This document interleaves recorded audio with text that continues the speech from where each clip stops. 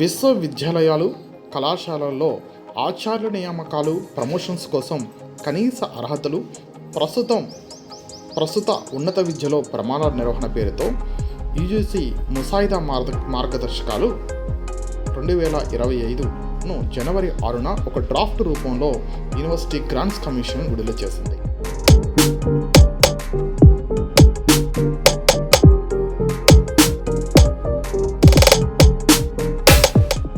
ఫిబ్రవరి 5 నాటికి ప్రజాభిప్రాయం తీసుకుని నూతన మార్గదర్శకాలను తీసుకురానున్నట్లు వెల్లడించింది.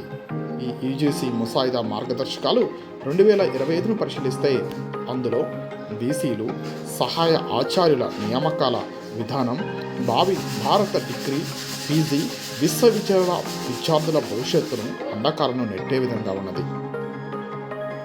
నెట్ అవసరం లేకుండా మాస్టర్స్ ఉంటే చాలు అనే విషయం జీర్ణం చేసుకోలేదు. ఈ మధ్య కాంటాక్ట్ లెక్చర్స్ను పర్మనెంట్ చేసే క్రమంలో వెలుగు చూసిన నకిలీ సర్టిఫికెట్ల విషయం తలుచుకుంటే వెన్నులో జడవరింపు కలగకమానది.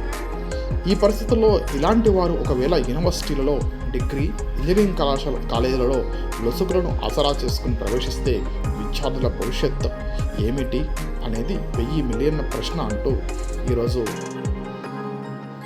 వార్తాపత్రికలో ఒక కథనం ప్రచురితమైంది. ఎవరంటే ఒక ఆర్టికల్ రాశారు, మహేశ్వరం భాగ్యలక్ష్మి అసిస్టెంట్ ప్రొఫెసర్ గారు రాశారు.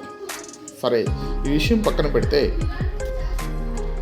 దీని హెడ్డింగ్ ఏంటంటే నెట్ లేదా సెట్ లేకుండా నెట్టేద్దాం అనుకుంటున్నారా అని చెప్పని రాసుకుని వచ్చారు. సరే, వాస్తవంగా చూసినట్లయితే అర్హతలు అనేవి కాలానుగుణంగా పెంచుతుంటారు. ఫర్ ఎగ్జాంపుల్, ఒకప్పుడు ఆర్టీసీ కండక్టర్గా పనిచేయాలంటే 10th క్లాస్ సరిపోయేది. ఇప్పుడు అది ఇంటర్మీడియట్కి పెంచారు. అలాగే కానిస్టేబుల్ కూడా 10th క్లాస్ నుంచి ఇంటర్మీడియట్కి పెంచారు. అర్హతలు అనేవి కాలానుగుణంగా పెంచాలే తప్ప తగ్గించడం సరికాదు. అర్హత అనేది, నెట్ అనేది, సెట్ అనేది ఒక పెద్ద పరీక్ష.